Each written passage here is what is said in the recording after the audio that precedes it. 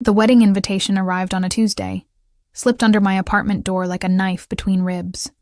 Cream cardstock, gold embossing, my sister's looping handwriting announcing her marriage to Derek, my Derek, the man I'd spent 3 years building a life with, until she decided she wanted him too. I stood in my cramped studio, the envelope trembling in my hands, and wondered how someone could feel so hollow and yet so heavy at the same time. The radiator clanked and hissed, struggling against the February cold that seeped through the single-pane windows. Outside, the city rumbled with its usual indifference. Car horns, distant sirens, the metallic screech of the subway 2 blocks away. Inside, my world consisted of mismatched furniture from thrift stores, a hot plate that only worked on one setting, and the persistent smell of the Indian restaurant downstairs that had permanently infused itself into my clothes. I was invisible here. Invisible everywhere, really. At the hospital where I worked as a nurse's aide, I was the one they called when no one else wanted a shift. The one who cleaned bedpans and changed linens while the actual nurses took their breaks. At family dinners, back when I still attended them, I was the responsible one, the boring one. The one who'd never caused problems or demanded attention, unlike Vanessa. My sister had always been the sun, and I'd learned early to orbit quietly, content with reflected light. When she'd shown up at the apartment Derek and I shared, crying about some failed audition, I'd let her stay on our couch. When she'd needed money, I'd given it to her from my meager savings. When she'd started wearing my clothes and using my makeup, I'd said nothing. I should have known she'd want him too. The invitation listed the venue. Augusto's, an upscale Italian restaurant in Manhattan that I could never afford even if I saved for a year. The wedding was in 2 weeks. They wanted me there. Vanessa had scrawled a note on the back in her careless script. "Please come, sis. It wouldn't be the same without you. I know things are complicated, but I love you." I crumpled the invitation and threw it in the trash, but the words had already burrowed under my skin. Complicated. She'd fucked my boyfriend in our bed while I was working a double shift, and when I'd come home early with the flu, I'd found them tangled in sheets I'd washed that morning. The look on Derek's face hadn't been guilt. It had been relief. Like he'd been waiting for permission to stop pretending. "Emma, this isn't... it just happened," he'd said, scrambling for his boxers while Vanessa had the audacity to look tearful and beautiful in my old NYU t-shirt. I'd moved out that night with 2 suitcases, and what remained of my dignity. That was 4 months ago. Now I pulled a double shift at Mount Sinai, my feet aching in the cheap sneakers that had worn through at the heels. Mrs. Patterson in 412 had vomited on me twice. A teenage overdose victim had coded and died despite our efforts, and I'd had to comfort his mother while still smelling like someone else's sick. The attending physician hadn't learned my name in the 6 months I'd worked there. He just called me you, or hey. By the time I stumbled out into the March night, I was so tired I could barely feel the cold. The subway would take 40 minutes. I couldn't afford a cab, but there was a bus that ran crosstown, and if I hurried, I could catch the 11:15. I ran. The bus doors were closing when I reached them, and the driver, bored, indifferent, opened them with a hydraulic sigh. I climbed aboard, fumbling for my Metro card with numb fingers, and collapsed into a seat near the back. The bus smelled like wet wool and someone's fast food dinner. Fluorescent lights flickered overhead, casting everything in a sickly yellow glow. There were maybe 6 other passengers, all of them looking as exhausted as I felt, all of us invisible to each other. I leaned my head against the cold window and closed my eyes. The bus lurched forward, and I let the motion rock me into a half-sleep, that dangerous space where thoughts become dreams and memories bleed into the present. I saw Derek's face, Vanessa's tears, my mother's disappointed expression when I'd told her I wouldn't be coming to Sunday dinners anymore. "You're being dramatic, Emma," she'd said. "Vanessa didn't mean to hurt you. These things just happen. You need to learn to forgive." I'd hung up without responding. The bus jerked to a stop, and my eyes snapped open. We weren't at my stop. We were nowhere near my stop. The driver stood, looking nervous, as 2 men in dark suits boarded through the front door. Everything about them screamed danger. They moved like predators, their eyes scanning the bus with the kind of cold assessment that made my spine straighten. One was older, maybe mid-40s, with silver threading through his dark hair and a scar that cut through his left eyebrow. The other was younger, built like he spent his life in a gym, with tattooed hands and a jaw that could cut glass. Behind them, through the open door, I could see a black SUV idling at the curb, windows tinted so dark they looked like voids. "Everyone off," the older one said. His voice was quiet, almost gentle, but it carried the weight of absolute authority. "Now." The other passengers scrambled to comply, gathering their belongings and hurrying past the two men like scared rabbits. I sat frozen, my exhausted brain struggling to process what was happening. "You too, sweetheart," the older one said, looking directly at me. I stood on shaking legs, my nurse's bag clutched to my chest like a shield. As I moved down the aisle, the younger one's eyes tracked me with an intensity that made my skin prickle. I kept my gaze down, trying to make myself even smaller, more invisible. I was almost to the door when it happened. My foot caught on something, a bag strap maybe, or just my own clumsy exhaustion, and I pitched forward. My bag went flying, its contents scattering across the bus floor. Tampons, a half-eaten granola bar, my ancient iPod, my work badge, and, mortifyingly, the crumpled wedding invitation that I'd apparently shoved into my bag instead of leaving it in the trash. I hit the floor hard, palms stinging, face burning with humiliation. "Shit," I muttered, scrambling to gather my things before these dangerous men lost patience, and did whatever dangerous men do to inconvenient obstacles. But then there were hands on my arms, strong, careful, helping me up. "Easy," a voice said. And it wasn't the older man or the younger one, it was someone else entirely. I looked up, and the world tilted. He was young, early 30s maybe, and beautiful in a way that seemed almost cruel. Dark hair swept back from a face that belonged on a movie screen. Sharp cheekbones, and a mouth that looked like it rarely smiled. His eyes were the color of expensive whiskey, amber and gold and dangerous, and they were looking at me with an intensity that made my breath catch. He wore a suit that probably cost more than I made in 6 months, charcoal gray and perfectly tailored to a body that radiated power. The scent of him hit me like a wave. Sandalwood and something darker, something that made me think of smoke and secrets. "Are you hurt?" he asked, and his voice was dark velvet, accented with something I couldn't quite place. Italian, maybe. His hands were still on my arms, steadying me, and I could feel the heat of them through my thin jacket. "I'm fine," I managed, my voice coming out smaller than I intended. "I'm sorry, I didn't mean to." "Collecting her things, Marco," he said, cutting me off, and the older man immediately crouched to gather my scattered belongings.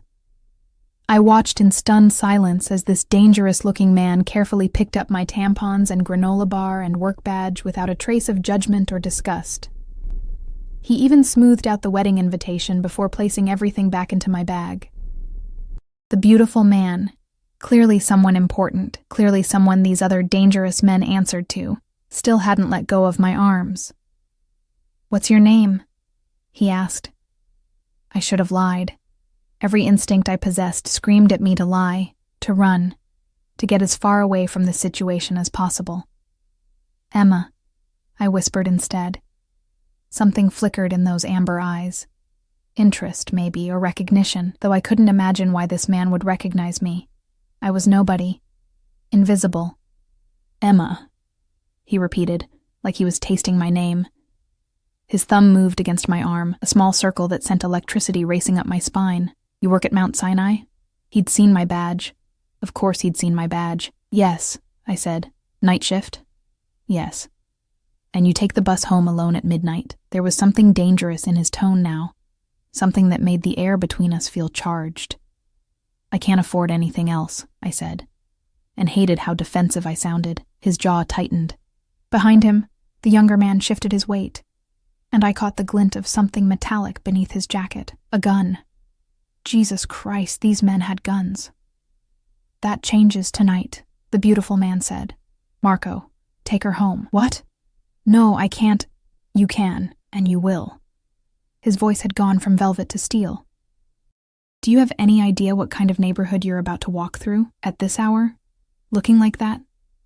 "Looking like what? Like a tired, invisible nobody in a stained jacket and worn-through sneakers?" But I didn't say that. I just stood there, trembling, as he finally released my arms and stepped back. The loss of his touch felt like a physical thing, a cold rush of air where warmth had been. "I don't even know you," I said weakly. His mouth curved then, just slightly, and it wasn't quite a smile. It was something darker, more possessive. "No," he agreed, "not yet." Marco handed me my bag, his expression carefully neutral. The younger man had already moved to the door, speaking quietly into a phone. The beautiful man watched me with those amber eyes, and I felt trapped. Not by force, but by the sheer weight of his attention. "The SUV or the bus, Emma," he said softly. "Choose." I looked at the empty bus, at the nervous driver who wouldn't meet my eyes, at the dark street beyond. I thought about my tiny apartment, the long walk from the bus stop, the shadows between streetlights where anything could be waiting. I thought about how invisible I'd become, how no one would notice if I just disappeared. "The SUV," I whispered. He smiled then, really smiled, and it was the most beautiful and terrifying thing I'd ever seen. "Good girl," he said, and my entire body reacted to those two words in a way that should have been a warning. Marco led me to the vehicle while the beautiful man spoke quietly with the driver, gesturing for him to go. The bus pulled away, and I watched my escape route disappear into the night. The SUV's interior was all black leather and tinted windows, warm and expensive smelling. I slid into the back seat, and Marco closed the door with a gentle click that sounded too much like a cage locking. The beautiful man climbed in beside me, close enough that I could feel the heat of him, far enough that we weren't touching. The younger man took the front passenger seat, and a driver I hadn't noticed before pulled away from the curb. No one spoke. I clutched my bag and tried not to think about the wedding invitation inside it, about Vanessa and Derek, about how I'd ended up in a vehicle with armed men and a beautiful stranger who looked at me like I was something precious and breakable. "Where do you live?" he asked finally. I gave him my address, my voice barely audible. He said something in rapid Italian to the driver, who nodded. Then those amber eyes were back on me, studying me with an intensity that made me want to curl up small. "You're shaking," he observed. "I'm cold," I lied. "No," he said quietly. "You're afraid." I didn't deny it. He shrugged out of his jacket, the movement fluid and elegant, and draped it over my shoulders before I could protest. The weight of it settled around me like an embrace, and his scent enveloped me completely. Sandalwood, smoke, something uniquely him. "Better?" he asked. I nodded, not trusting my voice. The drive passed in silence, the city lights blurring past the tinted windows. I should have felt trapped, terrified. Instead, wrapped in this stranger's jacket, I felt something else entirely. Safe, which was absolutely insane. When we pulled up to my building, a walk-up in a neighborhood that looked even worse from the inside of this luxury vehicle, he studied it with an expression I couldn't read. "5th floor," I said. "No elevator." "Criminal," he murmured. Marco opened my door, and I started to climb out, already shrugging off the jacket to return it. "Keep it," the beautiful man said. "I have others." Of course he did. "Thank you," I managed. "For the ride. You didn't have to—" "Yes," he interrupted, his eyes holding mine. "I did." I stood on the sidewalk, his jacket hanging off my shoulders, and watched as Marco climbed back into the vehicle.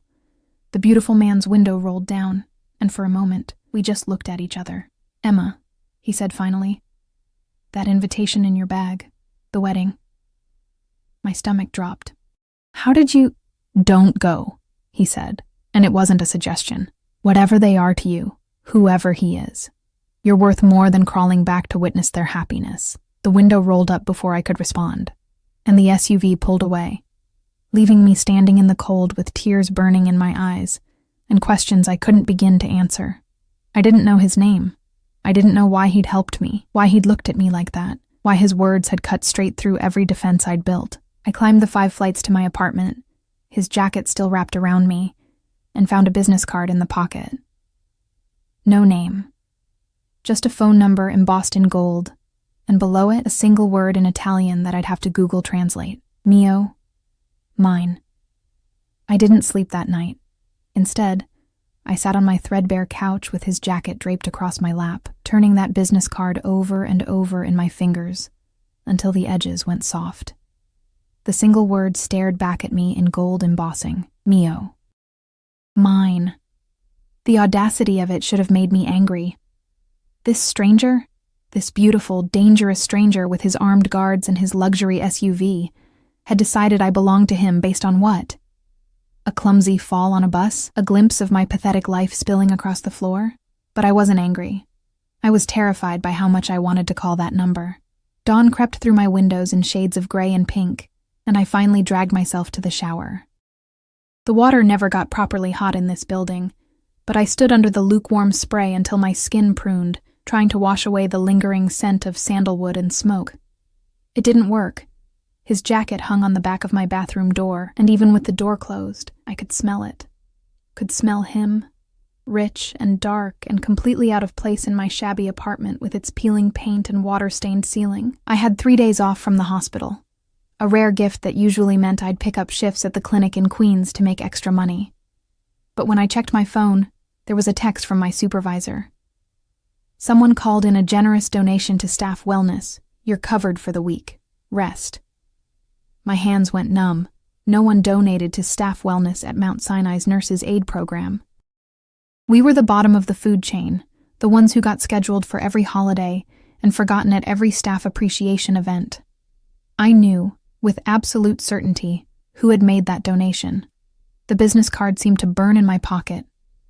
I spent the morning cleaning my apartment, scrubbing baseboards and organizing cabinets and doing anything to keep my hands busy and my mind off the impossible situation I'd stumbled into. By noon, I'd run out of tasks. The wedding invitation sat on my kitchen counter, mocking me with its cream cardstock and gold embossing. 2 weeks. I picked up my phone 6 times to call Vanessa, to tell her I wouldn't be coming, to finally say all the things I'd swallowed down for months, but each time I remembered our mother's voice. You're being dramatic, Emma. Learn to forgive. My finger hovered over the mysterious number instead. I didn't call, but I didn't throw the card away either. The knock on my door came at 2 p.m, sharp and authoritative. I froze halfway to the kitchen, my heart suddenly hammering. No one knocked on my door. The building had a broken buzzer system, and anyone who wanted to reach me called first. Through the peephole, I saw Marco. He stood in my dingy hallway looking like he'd stepped out of a different universe entirely. Dark suit, perfectly pressed, expression professionally neutral, completely unbothered by the graffiti on the walls behind him, or the smell of garbage from the overflowing chute. I opened the door with shaking hands. Miss Emma, he said, his voice carrying the same Italian accent as his employer. I apologize for the intrusion. Mr. Castellano requests your presence for lunch. Mr. Castellano.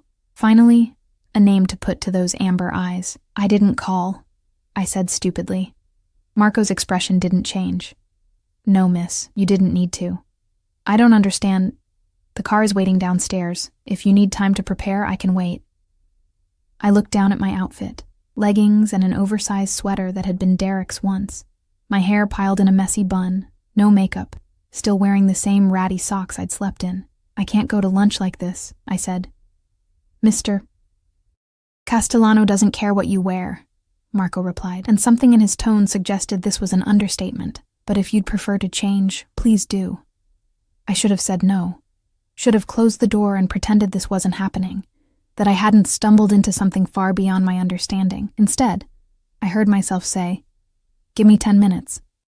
Marco nodded once and took up a position outside my door like a sentry, his hands clasped in front of him, his eyes scanning the hallway with the same cold assessment he'd used on the bus. I closed the door and stood there, breathing hard. What was I doing? But I was already moving to my closet, pawing through the limited options. Everything I owned was either hospital scrubs or cheap basics from Target. Finally, I settled on black jeans that weren't too worn and a cream sweater that Vanessa had left behind when she'd stolen my boyfriend. Soft cashmere that had probably cost more than my rent. The irony wasn't lost on me. I pulled my hair down, brushed it until it shone, and applied minimal makeup with trembling hands. The girl in the mirror looked young and scared, and completely out of her depth. But at least she didn't look like she'd just rolled out of bed. His jacket still hung on the bathroom door, I grabbed it without thinking, draping it over my arm. If this Mr. Castellano wanted to have lunch, I could at least return his property. Marco's expression didn't change when I emerged, but something flickered in his eyes. Approval, maybe, or pity. He gestured toward the stairs, and I followed him down all 5 flights, very aware of how shabby the building looked through the eyes of someone who clearly operated in a different world. The SUV waited at the curb, sleek and black and completely out of place among the rusted Hondas and dented Toyotas that lined the street. A few neighbors watched from their windows, and I felt their curiosity like a physical weight. The driver, a different man than last night, younger, with a military bearing, opened the back door, and I climbed in. The interior was exactly as I remembered. Black leather, tinted windows, the lingering scent of sandalwood, but this time, I was alone. Marco took the front passenger seat, and the driver pulled smoothly into traffic. "Where are we going?" I asked, my voice sounding too loud in the quiet vehicle. "Augusto's," Marco said. My stomach dropped. "The Italian restaurant? In Manhattan?" "Yes, miss." The same venue as Vanessa's wedding. Of course it was. We drove in silence, crossing from my neighborhood into progressively nicer areas, until the buildings grew taller and cleaner, and the people on the sidewalks wore coats that probably cost more than my car, if I'd had a car. Augusto's occupied the ground floor of a building in Midtown, its facade elegant and understated, with ivy climbing the brick and soft lighting glowing behind frosted windows. A valet immediately approached when we pulled up, and Marco opened my door before I could reach for the handle. "Mr. Castellano is waiting inside," he said. I climbed out, clutching the jacket to my chest like armor, and followed Marco through the heavy wooden doors. The interior took my breath away. Warm light from crystal chandeliers bounced off cream walls and dark wood floors. White tablecloths gleamed, set with silver and crystal that caught the light like stars. The air smelled like garlic and wine and fresh bread, and soft Italian music played from hidden speakers. It was beautiful, elegant, completely intimidating, and it was empty. Every table sat vacant, perfectly set but unoccupied.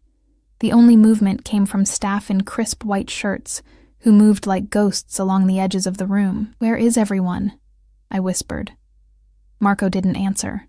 He simply led me through the main dining room to a private area in the back, separated by a partition of frosted glass.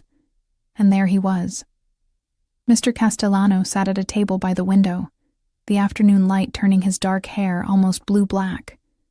He'd removed his suit jacket, his white shirt rolled to the elbows, revealing forearms corded with muscle and ink, tattoos that disappeared beneath the fabric, promising secrets. He stood when he saw me, and the movement was fluid, predatory. Those amber eyes tracked me as I approached, and I felt naked despite being fully clothed. "Emma," he said, my name a caress in that dark velvet voice. "You came." "Did I have a choice?" I asked, and was surprised by the edge in my tone. His mouth curved. "There's always a choice. You could have sent Marco away. Could I?" "Yes." He pulled out a chair, waiting. I'm not in the habit of forcing women to have lunch with me. I wanted to ask what habit he was in. What kind of man closed down an entire restaurant for a private meal, what those tattoos meant, and why his guards carried guns, and why he'd helped a nobody on a bus, and then decided she was his. Instead, I sat. He pushed my chair in with careful hands, and I caught his scent again, that intoxicating combination of sandalwood and smoke and something darker underneath. When he took his own seat across from me, the table suddenly seemed too small, the space between us charged with something I didn't understand. "You brought my jacket," he observed.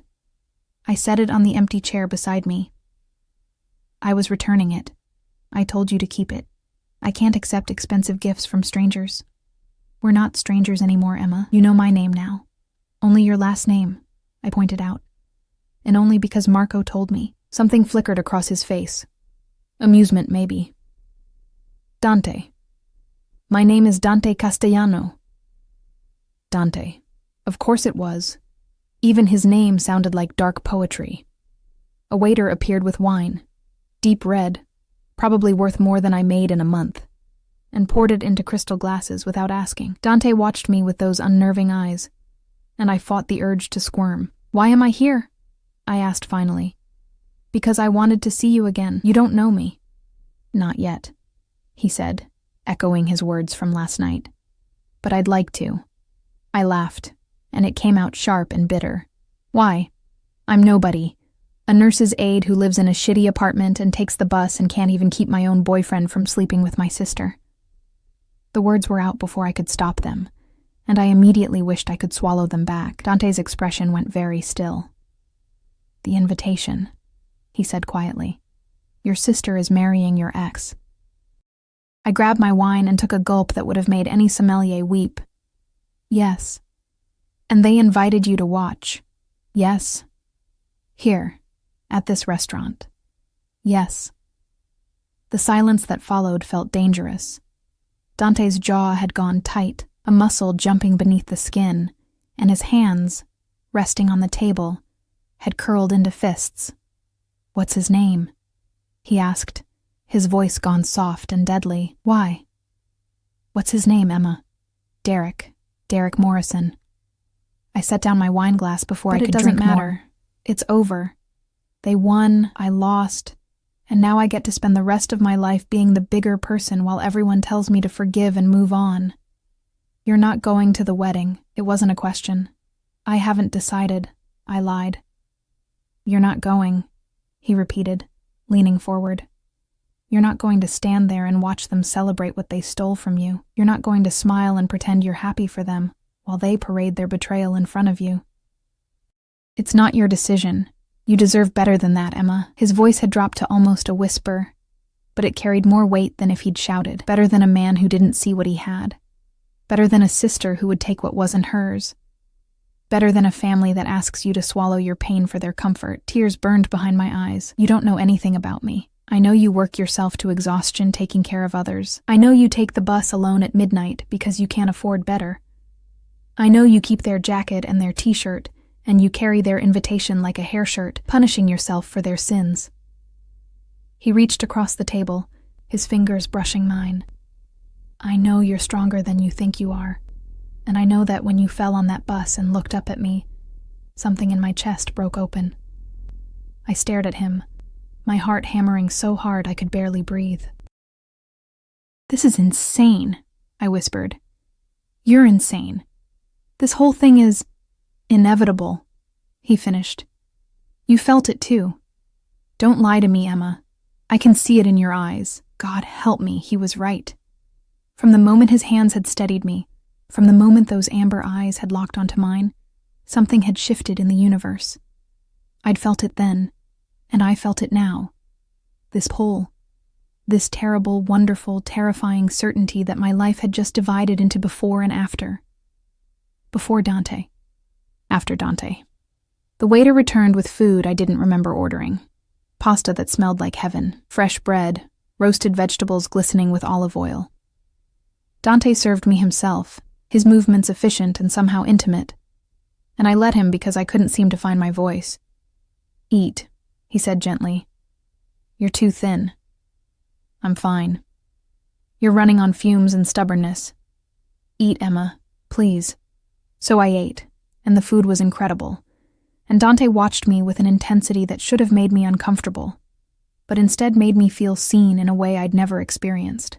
He asked me questions about my work, my life, my dreams before everything had fallen apart. I found myself answering, the words spilling out like he'd uncorked something inside me.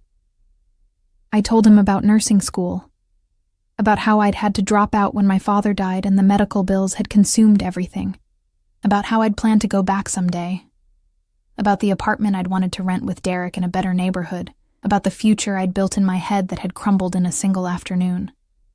He listened like every word mattered, like I mattered, and somewhere between the pasta and the tiramisu that appeared for dessert, I forgot to be afraid. I have a confession, Dante said finally, setting down his espresso cup. I didn't just happen to need that bus last night. My fork paused halfway to my mouth. What? I've been having you watched for 3 days. The restaurant suddenly felt very cold. Excuse me? He didn't look apologetic. Derek Morrison. He works for a company that does business with one of my associates. When rumors started circulating about his upcoming wedding, about how he'd left his girlfriend for her sister, I had someone look into it. His eyes held mine. They found you. I set down my fork carefully, my hands shaking. You've been stalking me, protecting you, he corrected. Do you have any idea how dangerous your routine is? The same bus, the same time, the same route home through one of the worst neighborhoods in the city? Anyone could have. So you decided to what? Orchestrate a meet cute on public transportation? I decided to make sure you got home safely. The rest? He shrugged. And there was something almost vulnerable in the gesture. The rest was fate. I should have been furious. Should have thrown my napkin down and stormed out and never looked back. But all I could think was that someone had cared enough to make sure I got home safe. Someone had looked at my small, invisible life and decided it mattered, even if that someone was clearly dangerous and definitely unhinged. Why? I asked. Why do you care about some random nurse's aide's safety? Dante was quiet for a long moment. Then, because Derek Morrison's father is Dominic Morrison. Do you know that name? I shook my head. He's a business rival. We've been circling each other for years, waiting for an opening. When I learned his son had destroyed you, had taken everything you'd built and handed it to your sister like a fucking party favor. His hands clenched on the table. I wanted to hurt him. Wanted to destroy everything he'd touched. My blood ran cold. I'm not a revenge plot. No, Dante agreed. You were supposed to be. But then I saw you fall, and you looked up at me with those eyes, and everything changed.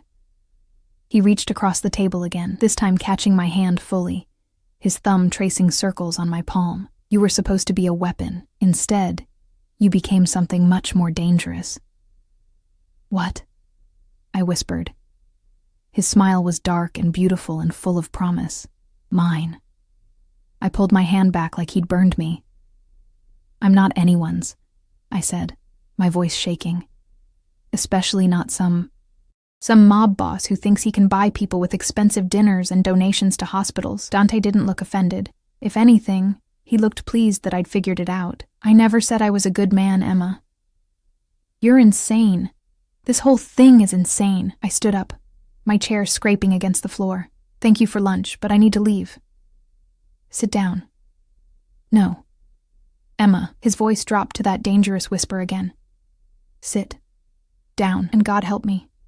I sat.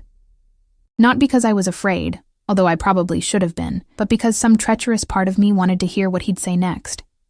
Wanted to understand why this beautiful, terrifying man had decided I was worth orchestrating elaborate meetings and making cryptic declarations of ownership. Better, he murmured. Now listen carefully, because I'm only going to explain this once. He leaned back in his chair, rolling his shoulders like he was settling in for a story. The afternoon light caught the sharp angles of his face, turning him into something between an angel and a devil. Dominic Morrison has been a thorn in my side for 5 years. He runs drugs through the port, skims from the top, bribes the wrong people, and generally makes my life difficult. But he's careful, never leaves evidence, always has alibis, keeps his hands clean while his people do the dirty work. I opened my mouth, but he held up a hand. His son, Derek, is supposed to be the legitimate face of the family. Works at a consulting firm, dates nice girls, stays far away from Daddy's business. Except Derek got greedy. Started using his position to launder money, to make connections Daddy couldn't touch. Dante's smile was razor sharp. He got sloppy. And when people get sloppy in my city, I notice. What does this have to do with me? I asked, even though I was starting to understand. 3 months ago, I learned Derek was engaged. Not to you, to your sister, which meant he'd left you, his girlfriend of 3 years, for a woman he'd known for what? Weeks? That kind of impulsive behavior suggests leverage, blackmail maybe, or love. He said the word like it tasted bad. Either way, it was an opening. My stomach churned. So, you investigated me. I investigated everyone in Derek's life. You were supposed to be background noise. The discarded girlfriend, the boring sister, nothing important. He leaned forward again, but then I saw the reports, saw how you worked doubles to make rent. How you'd given up nursing school to pay for your father's funeral. How you still sent your mother money even after she chose Vanessa over you. Saw how you'd been erased from your own life, and how no one seemed to notice or care. Tears burned in my eyes. Stop. I saw your picture, he continued, relentless. And I told myself it was strategy, that I'd use you to get to Derek, to hurt Dominic where it would sting. I'd swoop in, play the hero, make you fall for me, and then parade you in front of them at the wedding like a trophy. His voice went soft. That was the plan. And then I saw you in person. His eyes locked onto mine with an intensity that stole my breath. And the plan became irrelevant, because I knew in that moment that I would burn down the entire Morrison empire just to keep you safe. The words hung between us, impossible and terrifying, and somehow inevitable. You don't know me, I whispered. I know enough. He stood, moving around the table with that predatory grace. I know you're stronger than anyone has given you credit for. I know you deserve better than the scraps they've thrown you. And I know, he crouched beside my chair, bringing us eye level, that when you look at me, you see someone who sees you, really sees you, and that terrifies you more than my guns, or my reputation, or anything else. He was right, and I hated him for it. What do you want from me? I asked. Everything. His hand came up, fingers brushing my cheek with a gentleness that didn't match the danger in his eyes. I want you to let me take care of you. I want you to stop working yourself to death for people who don't appreciate you. I want you to move out of that shithole apartment into somewhere safe. I want, his thumb traced my lower lip. I want you to be mine, Emma, completely. In exchange for what? Hurting Derek? Destroying his father? No. Dante's smile was dark. I'll do that anyway. This is separate. This is about you and me, and the fact that I haven't been able to think about anything else since you stumbled into my life. My heart hammered against my ribs. This is too fast. Too much. I don't even... You feel it too, he interrupted. Don't lie to yourself, Piccola. I can see it in the way you're leaning toward me, in the way your pulse is racing, in the way you haven't told Marco to take you home. His hand slid to the back of my neck, fingers tangling in my hair, and I shivered. One dinner, he said quietly. Stay for one proper dinner with me. If you want to leave after, Marco will take you home, and I'll make sure you're safe but otherwise leave you alone. His forehead touched mine. But if you stay, if you give me a chance to show you what this could be, I promise you'll never feel invisible again. I should have said no, should have run. Instead, I whispered, one dinner. His smile could have lit the entire city. Dinner turned into hours. The restaurant staff brought course after course. Food I'd never heard of, wine that probably cost more than my monthly rent, desserts that looked like art. Dante talked about everything except his business. His childhood in Naples, his mother's cooking, the books he read, the music he loved. He made me laugh. Actually laugh. Deep belly laughs that I hadn't experienced in months. And when he asked about me, he listened like every word was precious. He wanted to know about my father, about the hospital, about the patients I cared for. He asked about nursing school and didn't accept my dismissive answers, pushing until I admitted that I still dreamed about going back, about becoming a real nurse instead of just someone who cleaned up after them. You will, he said with absolute certainty. I'll make sure of it. You can't just... I can. And I will. He refilled my wine glass. That's what you don't understand yet, Emma. I have resources you can't imagine. Money is nothing. Influence is nothing. If you want to go back to school, you'll go back to school. If you want to move to a better apartment, you'll move. If you want anything in this world, I'll make sure you have it. Why? I asked for the 100th time. Why me? He was quiet for a long moment, studying me over the rim of his glass. My father was in this business, he said finally. He taught me that everything is a transaction. Loyalty, love, trust. Everything has a price, and everyone can be bought. He set down his glass. I've lived my entire life believing that, building my empire on that principle. And then you fell in front of me, and for the first time in 32 years. I wanted something that had nothing to do with strategy, or power, or revenge. What did you want? To keep you. His voice was raw. To take you somewhere safe and make sure no one ever hurt you again. To see you smile and know I put that light in your eyes. He stopped, jaw clenching. You make me want to be something other than what I am. And I've never wanted that before. The confession hung between us, vulnerable and dangerous. I'm not a good person, Emma, he continued. I've done things that would make you sick. I'll do worse things before I'm done. But with you, he reached across the table, catching my hand. With you, I want to try. I looked at our joined hands, his scarred and strong, mine small and trembling, and felt something shift inside my chest. I don't know how to do this, I admitted. I don't know how to be with someone like you, someone like me. Dangerous, powerful, someone who closes restaurants and has armed guards and makes declarations about ownership like it's normal. I met his eyes. I'm not sophisticated or exciting or any of the things you probably usually...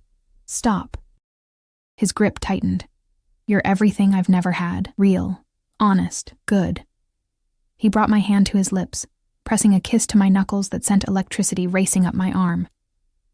Let me take care of you, Emma. Let me show you what it feels like to be cherished instead of used.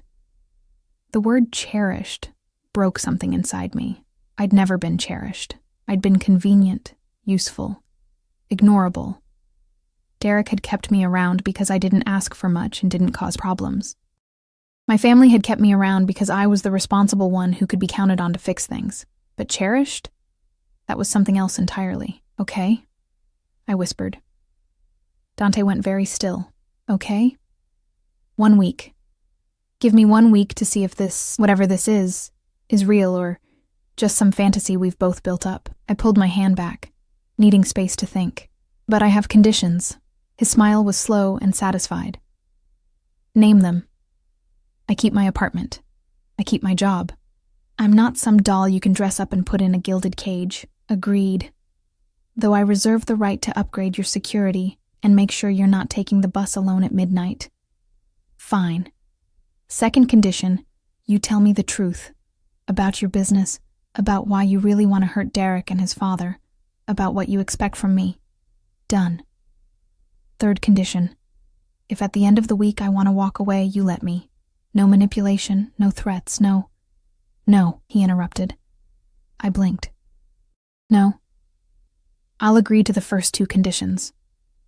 But I won't promise to let you go. He leaned forward, his eyes burning into mine. Because I already know what you'll discover this week, Piccola. You'll discover that you're mine, just as much as I'm yours. And when you realize that, when you stop fighting what you feel, you won't want to leave. That's arrogant. That's honest. He stood, extending his hand. 1 week, Emma. Let me show you what your life could be. I stared at his outstretched hand. An invitation, a promise, a threat all wrapped together. Every rational thought screamed at me to run. This man was dangerous. He'd admitted to watching me, to planning to use me for revenge. He surrounded himself with armed guards and spoke casually about destroying people. He'd known me for less than 24 hours and was already talking about ownership and forever. But when I looked into those amber eyes, I didn't see danger. I saw someone who looked at me like I mattered. I took his hand. Marco drove us through the city as evening bled into night. I sat in the back of the SUV with Dante's arm around my shoulders, his jacket once again draped over me, feeling like I'd stepped into someone else's life. Where are we going? I asked. Somewhere I want to show you. We crossed the bridge into Brooklyn, the Manhattan skyline glittering behind us like scattered diamonds. The neighborhoods changed, growing quieter, more residential, until we pulled up in front of a building that took my breath away. It was an old warehouse conversion, all brick and iron and huge windows that glowed with warm light. A doorman stood at the entrance, and he nodded respectfully as we approached. Mr. Castellano, he said, everything is ready. Dante nodded, his hand at the small of my back as he guided me inside. The lobby was stunning. Exposed brick walls, modern furniture, art that probably cost more than I'd make in a lifetime. We took an elevator to the top floor, and Dante produced a key. I don't understand, I said. He opened the door. The apartment beyond was enormous, an open loft with floor-to-ceiling windows overlooking the city, hardwood floors, a kitchen with marble counters and top-of-the-line appliances, furniture that looked like it belonged in a magazine. "This is one of my properties," Dante said, watching my reaction. "I've been using it for storage, but I had it cleaned and furnished today." He moved to the windows, the city lights painting him in gold and shadow. "I want you to stay here, for the week. Let me take care of you properly. I can't." "You can." He turned to face me. "Your apartment has a broken lock and no heat.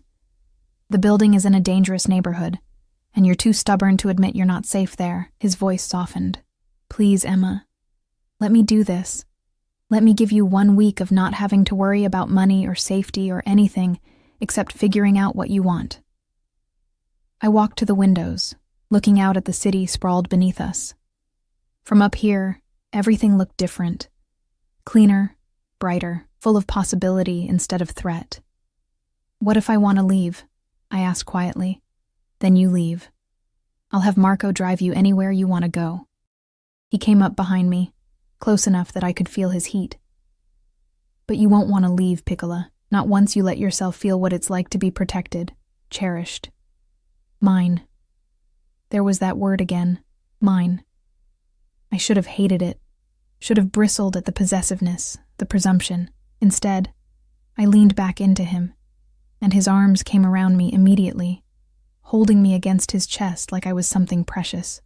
"1 week," I whispered. "1 week," he agreed, and pressed a kiss to the top of my head that felt like a brand. Outside the windows, the city glittered with 1,000 promises, and I let myself believe, just for a moment, that maybe one of them could be mine. The first 3 days passed in a blur of impossible luxury.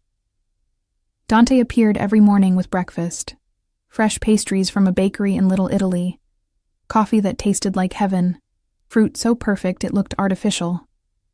He'd sit with me at the massive dining table, those amber eyes watching me eat like it gave him physical pleasure, and we'd talk about everything and nothing. He never touched me beyond casual gestures, a hand at my back, fingers brushing mine when he handed me something, the occasional kiss pressed to my temple or forehead, but the restraint felt deliberate, like he was holding himself back, and the tension between us grew thicker each day. On the second night, he took me to a private art showing in Chelsea. The gallery had been closed for us, just me, Dante, Marco lingering by the door, and a nervous curator who explained each piece with trembling hands. Dante bought 3 paintings without asking the price, and when I protested, he simply said, "You liked them. That's reason enough." On the 3rd day, I woke to find a letter on the kitchen counter in elegant script. "There are clothes in the closet. Wear whatever makes you happy. I'll be back at 7. D." The closet in the master bedroom had been empty when I'd arrived.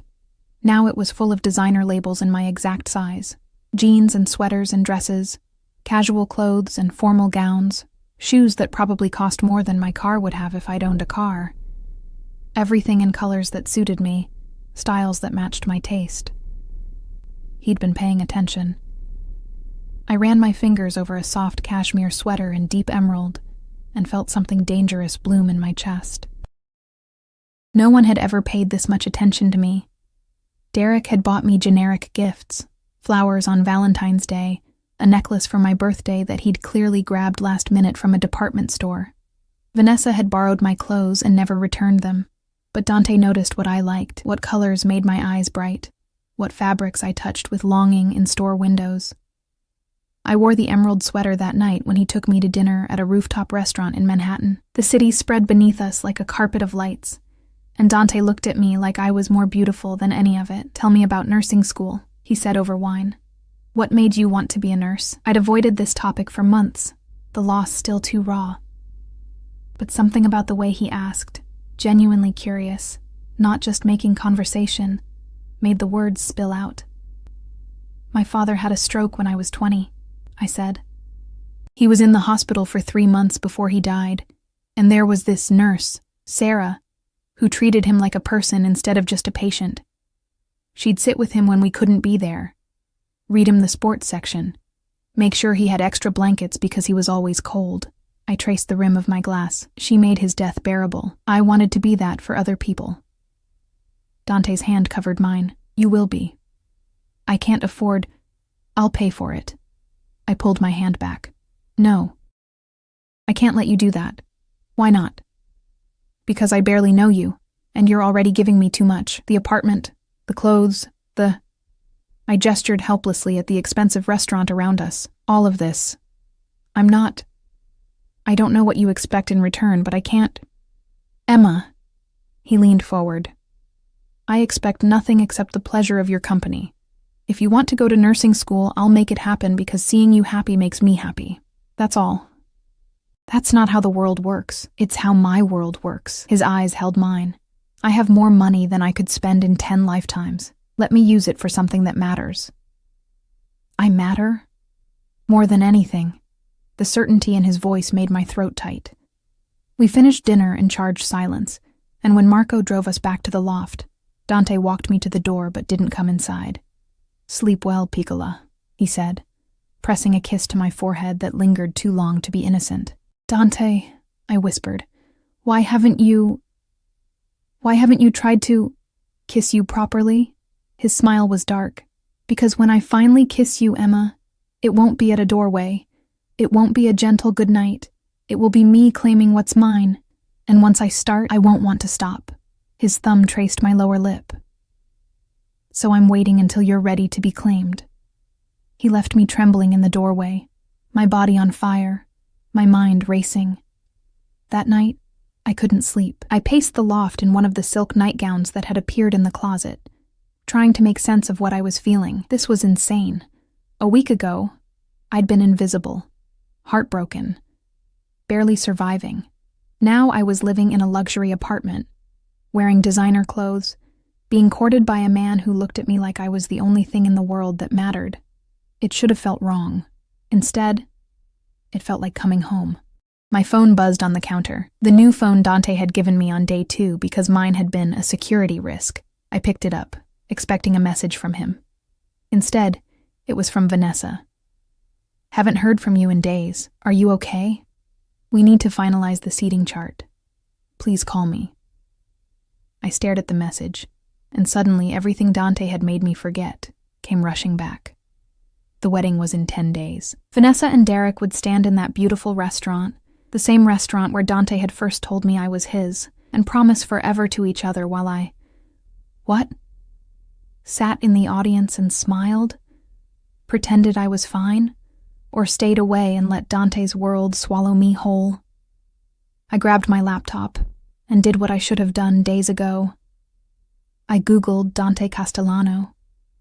The results made my blood run cold. Page after page of news articles, police reports, rumors. The Castellano family wasn't just mob adjacent. They were one of the most powerful crime families on the East Coast. Dante had taken over from his father 5 years ago and had since expanded their territory, their influence, their wealth through means that were heavily implied but never proven. There were photos of him at charity galas, at political fundraisers, always in expensive suits, with beautiful women on his arm. Women who looked nothing like me, sophisticated, polished, belonging in his world. And there were darker photos too, crime scenes, arrests that never stuck, witnesses who recanted, a pattern of violence wrapped in expensive suits and legitimate business fronts. I was reading an article about a warehouse fire that had killed 3 men when my phone rang. Dante. I almost didn't answer, but my traitorous hand moved of its own accord, accepting the call. You're awake, he said, his voice rough like I'd woken him. I can feel it. That's not possible. And yet, I heard rustling, like he was sitting up in bed. What's wrong, Emma? I Googled you. Silence. Then, and what did you find? Everything. The arrests, the fires, the people who've disappeared after crossing you. My voice shook. You said you'd tell me the truth, so tell me, are you a monster? More silence. Then, yes. The word hit me like a physical blow. I've killed people, he continued, his voice flat.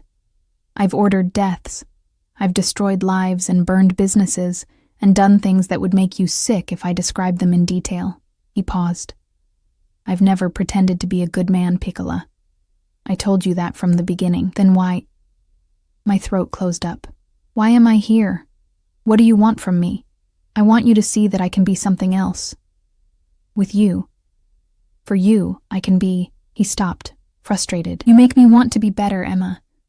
Not good, I'll never be that. But better than what I am. That's not fair, I whispered.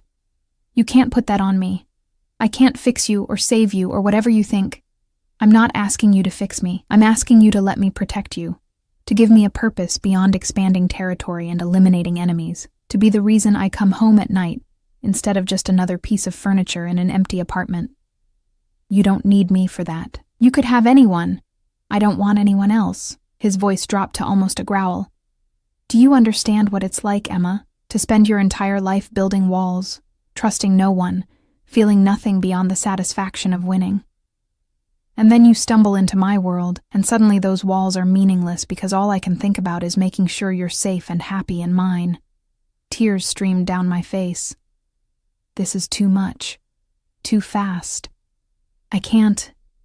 Tell me to leave you alone, he interrupted. Tell me you feel nothing when I touch you. Tell me you don't lie awake thinking about what it would be like if I stopped being careful and finally kissed you the way I want to. Tell me any of that, and I'll walk away. I opened my mouth, closed it, because I couldn't lie to him. That's what I thought. He said softly, I'm coming over. Dante, it's 3 a.m. The line went dead. 20 minutes later, there was a knock at the door. I opened it to find Dante in jeans and a t-shirt, his hair mussed like he'd dragged his hands through it, his eyes wild and desperate and completely focused on me. I'm a monster, he said without preamble. I've done unforgivable things, and I'll do more before I'm done. But Emma... He stepped forward, crowding me back into the apartment. I would burn down the entire world before I let anyone hurt you. I would destroy everyone who's ever made you feel invisible or worthless or small. I kissed him. I didn't plan it, didn't think about consequences or sanity, or any of the 1,000 reasons this was a terrible idea. I just grabbed his shirt and pulled him down and pressed my mouth to his. For a heartbeat, he went still, shocked. Then he groaned like a man dying and kissed me back. It was nothing like the gentle goodnight kisses he'd pressed to my forehead. This was claiming, consuming, desperate. His hands tangled in my hair, angling my head to deepen the kiss, and I melted against him. Every nerve ending singing. He tasted like mint and coffee, and something uniquely him, and when his tongue swept into my mouth, I made a sound I'd never made before. Needy and broken, and completely honest. Emma, he breathed against my lips. Tell me to stop. Don't stop, I whispered. Please don't stop. He lifted me like I weighed nothing, my legs wrapping around his waist instinctively, and carried me to the couch. We fell into the cushions in a tangle of limbs, his body covering mine, and I'd never felt so safe and so terrified at the same time. His mouth moved from my lips to my jaw, down my throat, finding the pulse point that made me gasp. Mine. He growled against my skin. Say it, Emma. Say you're mine. I couldn't think, couldn't breathe, couldn't do anything except feel. Dante, say it. His hand slid under my nightgown, palm flat against my stomach, burning through me. I need to hear you say it. I'm yours, I gasped, and the truth of it terrified me. He pulled back just enough to look at me, his eyes blazing. No taking it back. No changing your mind. You're mine, Emma, and I protect what's mine. Possessive, I managed. Absolutely. He kissed me again, softer this time, but no less intense. You have no idea what you do to me. What you've done to me from the moment I saw you. I could feel exactly what I did to him, pressed against my hip, and the evidence of his desire made me bold. My hand slid under his shirt, finding warm skin and hard muscle and scars I wanted to learn the story of. He groaned again, catching my wrists. We need to stop. Why? Because if we don't stop now, I won't be able to, and I want our first time to be when you're sure. When you're not questioning or afraid or... I'm sure, I interrupted. Emma, I'm terrified, I admitted. Of you, of this, of how fast everything is happening. But I'm sure that I want you, that I've wanted you since you helped me up on that bus and looked at me like I mattered. His eyes searched mine, looking for doubt. Whatever he saw made him close his eyes and press his forehead to mine. Not tonight, he said finally. Tonight, I just want to hold you. To prove that I can be patient, that this isn't just about... He stopped. Let me earn you, Piccola. Let me prove I'm worth the risk. So I let him carry me to the bedroom. Let him tuck us both under the covers with my back to his chest, and his arm locked around my waist like even in sleep he needed to protect me. I've got you, he murmured into my hair. Sleep, Emma. I've got you.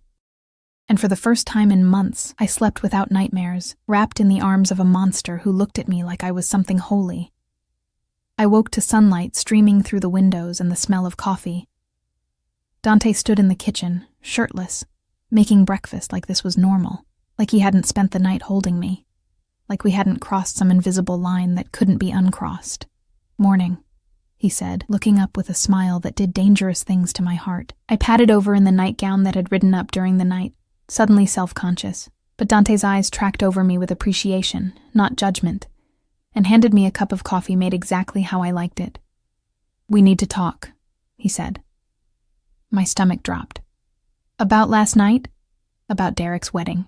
He leaned against the counter, and even casual like this, he radiated power. It's in a week. You haven't responded to your sister. I'm not going, I said.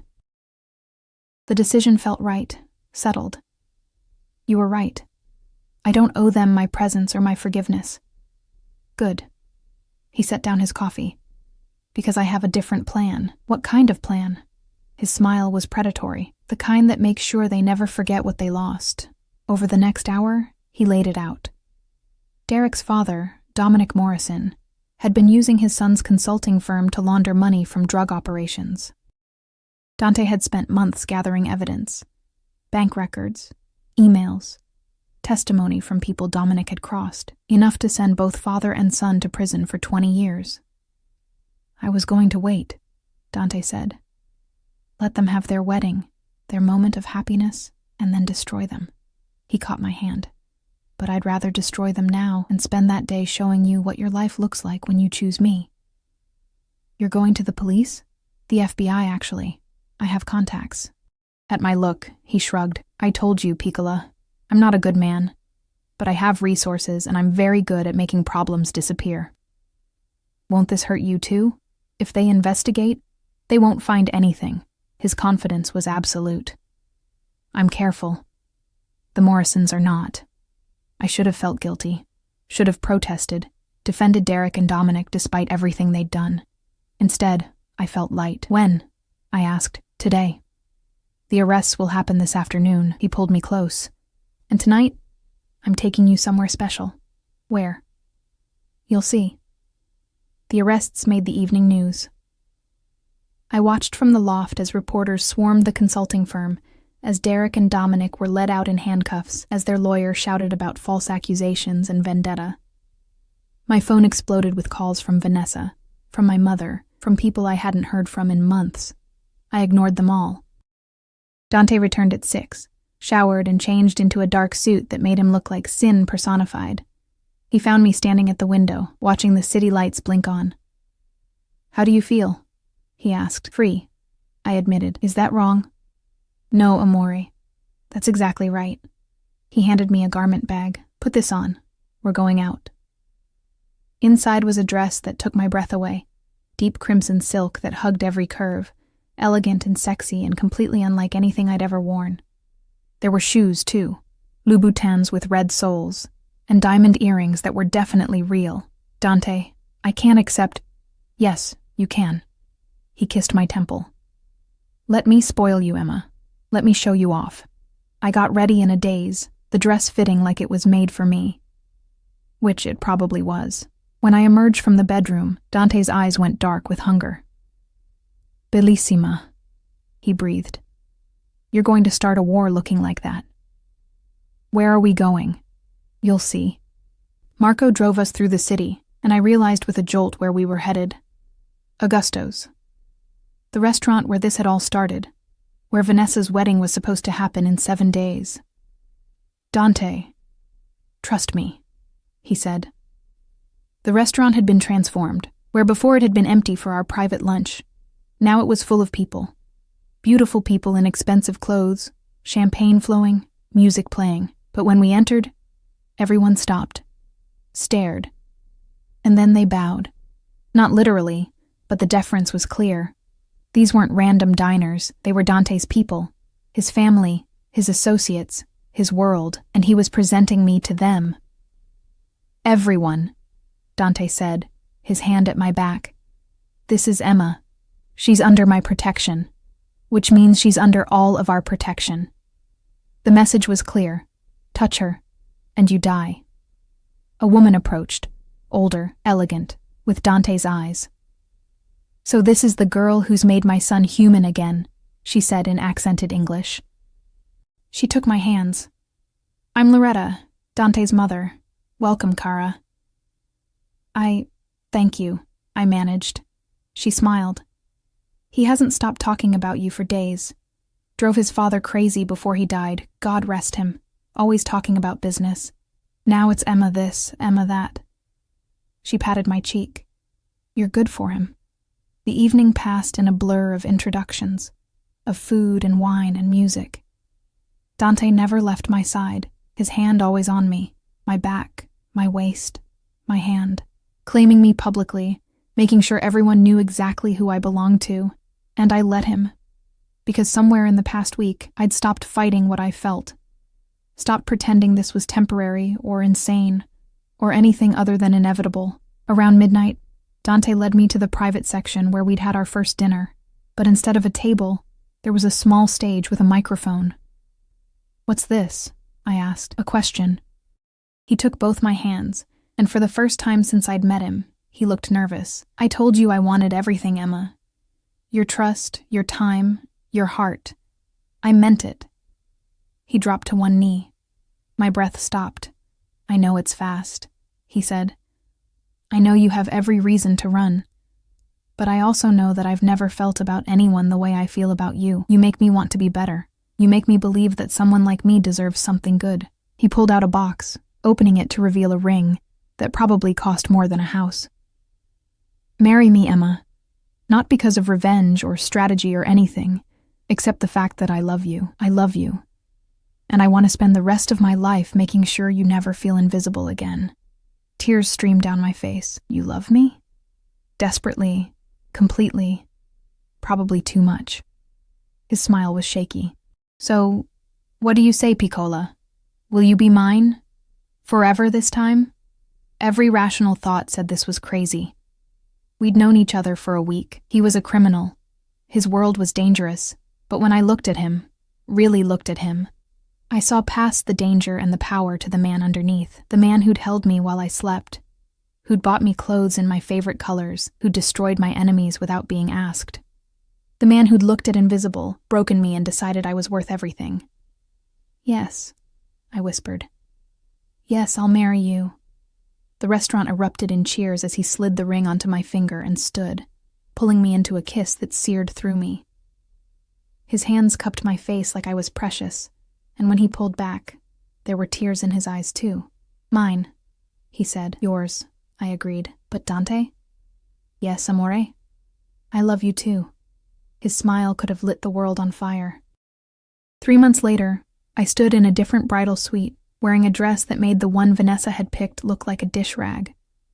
Loretta fussed with my veil while Dante's cousin, now my closest friend, touched up my makeup. My phone buzzed. A text from Vanessa. I saw the engagement announcement. Mom won't stop crying. How could you do this to our family? I deleted it without responding. Another text, this time from an unknown number. Congratulations on your upcoming marriage. Derek sends his regards from prison. I smiled. There was a knock at the door, and Marco poked his head in. Mrs. Castellano. Not yet, I reminded him. Soon enough. He's asking for you. Says he can't wait anymore. Loretta laughed. My son has never been patient. Go, Cara. We'll meet you at the altar.